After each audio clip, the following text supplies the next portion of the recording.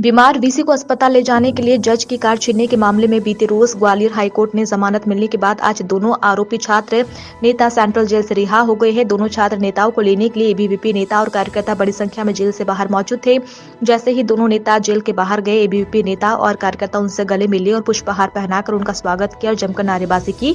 दरअसल 10 दिसंबर को दिल्ली में संपन्न हुए एबीवीपी के राष्ट्रीय अधिवेशन में भाग लेने के बाद ग्वालियर दक्षिण एक्सप्रेस में सवार होकर ग्वालियर लौट रहे थे। इस दौरान उन्हें जानकारी मिली कि ट्रेन के स्पीकर कोच के सवार एक निजी विश्वविद्यालय के वीसी रंजीत सिंह यादव की तबीयत खराब हो गई है और उनकी हालत गंभीर है। इसी के बाद ग्वालियर रेलवे स्टेशन पहुंचते ही एबीवीपी कार्यकर्ता हरकत में आ गए और उन्हें स्टेशन के बाहर खड़ी एक कार को अपने कब्जे में ले लिया और बीमार वीसी को लेकर अस्पताल पहुंच गए थे। हम सभी कार्यकर्ता अपने दिल्ली राष्ट्रीय अधिवेशन से लौट रहे थे, तो वहाँ पे अचानक हमको पता चला एक व्यक्ति की तबीयत खराब हो गई है। हमने तो मानवता के आधार पे एक व्यक्ति समझ के उसकी मदद की थी, क्योंकि कोई भी हो समाज का व्यक्ति तो उसकी मदद करना हमारा धर्म है।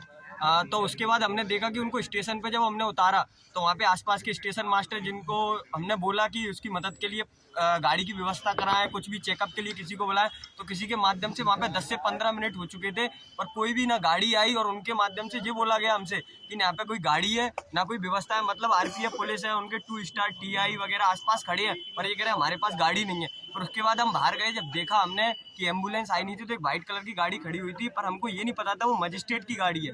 तो उधर हमने देखा कि ड्राइवर था, उससे बोला हमने कि ऐसे ऐसे इनको लेके जाना है, तो उनने बोला कि नहीं ये गाड़ी नहीं जा पाएगी। पर हमको उस समय एकदम समझ में नहीं आया, क्योंकि स्थिति इतनी खराब थी कि अगर हम नहीं ले जाते तो उनका बच पाना मुश्किल था, इसलिए हमने उनसे गाड़ी ली। तो गाड़ी चला के हम दोनों उनको लेके तत्काल निकल दिए वहाँ से। फिर उसके बाद देखा गया, बस हमको एक चीज़ का खेद रह गया कि हम उनकी जान नहीं बचा सके, क्योंकि अगर 10 मिनट पहले एम्बुलेंस आ जाती तो उनकी जान बच जाती। फिर उसके बाद पुलिस प्रशासन द्वारा हम पे केस लाद दिया जाता है और हम पे डकैती का मुकदमा दर्ज कर दिया जाता है। 14 घंटे में हमारी गिरफ्तारी, हमको बात करने के लिए बुलाया गया और गिरफ्तारी कर ली जाती है, हमको जेल भेज दिया जाता है। और कई केस जैसे हम देख रहे हैं, कई आपराधिक केस डले हुए हैं, पर अभी तक उन अपराधियों पे ध्यान नहीं दिया जा रहा। पर हम छात्रों पे अचानक केस डाल दिया जाए, ना उसकी जांच होती है ना कुछ होता है। फिर उसके बाद हमने देखा कि जब विद्यार्थी परिषद की छात्र शक्ति और प्रदेश भर से जब जनमानस सड़क पर उतरता है, फिर न्यायालय में केस जाता है, वहाँ पे याचिका लगती है, तो जो न्यायालय होता है वो न्याय मंदिर होता है, वहाँ पे सत्य की जीत होती है। तो हम न्यायपालिका को भी